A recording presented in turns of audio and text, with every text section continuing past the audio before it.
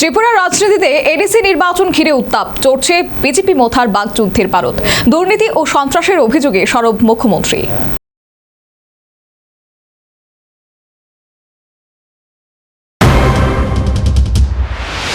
পূর্ব থেকে পশ্চিম, উত্তর থেকে দক্ষিণ পাহাড়ে চষে বেড়াচ্ছেন মুখ্যমন্ত্রী মানিক সাহা। দলীয় প্রার্থীদের সমর্থনে অংশ নিচ্ছেন একাধিক কর্মসূচিতে। বৃহস্পতিবার হালাহালি আসারামবাড়ি বিজেপি প্রার্থীর সমর্থনে একটি সমাবেশ অনুষ্ঠিত হয়। জনসমাবেশের প্রধান বক্তা হিসেবে উপস্থিত ছিলেন মুখ্যমন্ত্রী মানিক সাহা।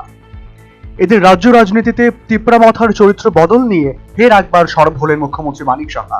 তার দাবি, একসময়ের সেই মথা আর আজকের মথার মধ্যে আকাশ পাতাল পার্থক্য।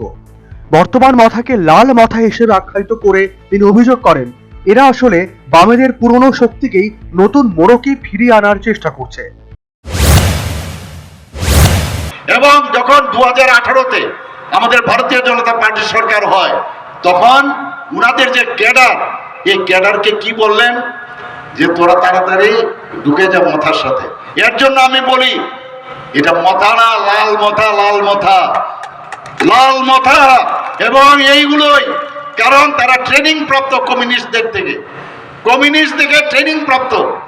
এর জন্যই এই ধরনের আক্রমণ ইচ্ছে করা হচ্ছে। এইবার লাল মথার অনেকে কমিউনিস্ট বসে আছে যে ফাঁক দিয়ে ঢুকে যায় কিনা, আবার এটা বললে আবার কালকেই, আজকাল তো রাস্তায় বেরোবার ক্ষমতা নেই, মানুষ তাদের বর্জন করেছেন, এখন সোশ্যাল মিডিয়ার মধ্যে বসে একটা ভাষণ দেয়।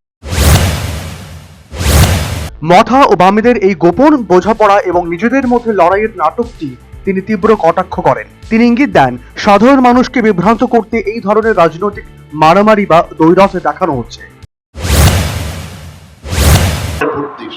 আমার কাছে খবর আছে, অনেক এই কমিউনিস্টের যারা বন্ধুরা আছেন তারাও বলছেন, আমরা এবার না মথাকে দেব, না সিপিএম কে দেব, আমরা বিজেপি কে দেব, এইরকমও খবর আছে।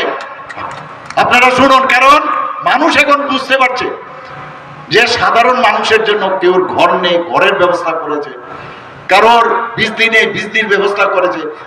আরে মৌলিক সমাধান যদি করা যায়, এর থেকে বড় রাজনীতি আর কি আছে? রাজনীতির জন্য রাজনীতি করতে হয় না, মানুষের মৌলিক সমস্যাগুলো সমাধান করা।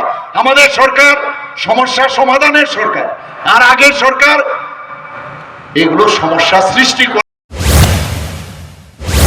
সেই সাথে মুখ্যমন্ত্রী বলেন, বিজেপি জামানায় জনজাতিদের উন্নয়নে রাজ্য ও কেন্দ্রীয় সরকার একাধিক পদক্ষেপ গ্রহণ করেছে।